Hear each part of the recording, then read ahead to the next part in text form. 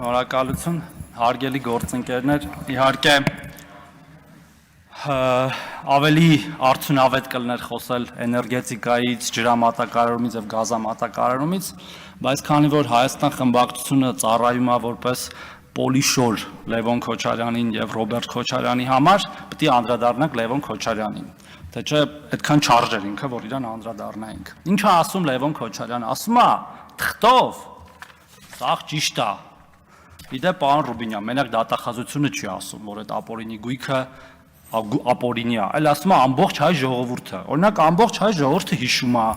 2000-ականներին ոչ չէին թողում ներկրել բջջային հեռախոսներ, որտեղ դա Սեդրակ Քոչարյանի մենաշնորհն էր, եւ ծանոթ էին գտնում, որ Սեդրակ Քոչարյանը զանգեր ոնց որ թե Արմեն Ավետիսյանին, պարոն Բագրատյան, ու ասել խնդրում եմ, այս մի 500 հատ հեռախոսը թողեք այս մյուս ֆիրմաներ ներմուծի։ Բոլորը շատ լավ հիշում են, որ օրինակ Toyota-ի բացվելուց հետո բոլոր պետական պաշտոնյաները սկսեցին Toyota քշել, դժբախտաբար մինչև հիմա էլ քշում են,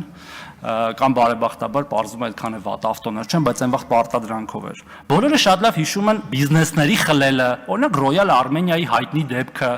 երբ որ էլի իրանց ինչ որ կամ հենց իրանց կամ իրանց հետ աֆիլիացված մեկի համար բիզնես էին խլում, հետո էլ դատավորին զրկում իր պաշտոնից, որովհետև համարձակվել էր դեմ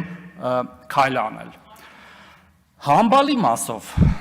ոչ միայն ապօրինի գույք ունեցողն է համբալ, այլ այն երկրի ղեկավարը, որ օրինակ 2 կոպեքի համար գույք է տալիս պարտքի դիմաց, խոսում էր ինչ որ պարադներում դիրքի մասին Նիկոլ Փաշինյանի, կամ համբալ չի արդյոք այն երկրի նախագահը, որ գազամուղի տրամագիծա փոքրացնում ինչ որ մի հատ երկրի շահի համար, որ մենք այսօր այլընտրանք չունենանք, կամ էլ օրինակ բան, կեղծ փաստաթղթով ընտրություն կեղծելով նախագահ է դառնում, ով է այդ նախագահը, եթե ոչ համբալ։ Ստեղ էլ դեմքին կասեի, դեպ ու երկրորդ դեմքով, ոչ թե երրորդ դեմքով, բայց ստեղ չի։ Ի տարբերություն այդ ասածների, հիմա ինչ է տեղի ունենում, մենք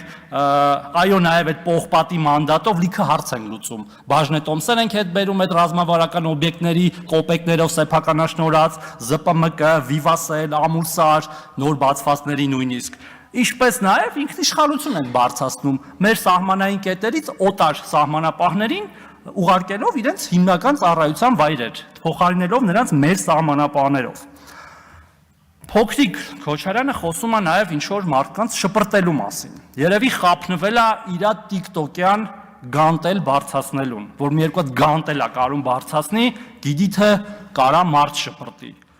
Վախենամ մի օր այդ գանտելը գլխին ընկնի, այնքան ծանր գանտել բարձրացնի։ Զգուշ եղեք, պարոն Քոչարյան։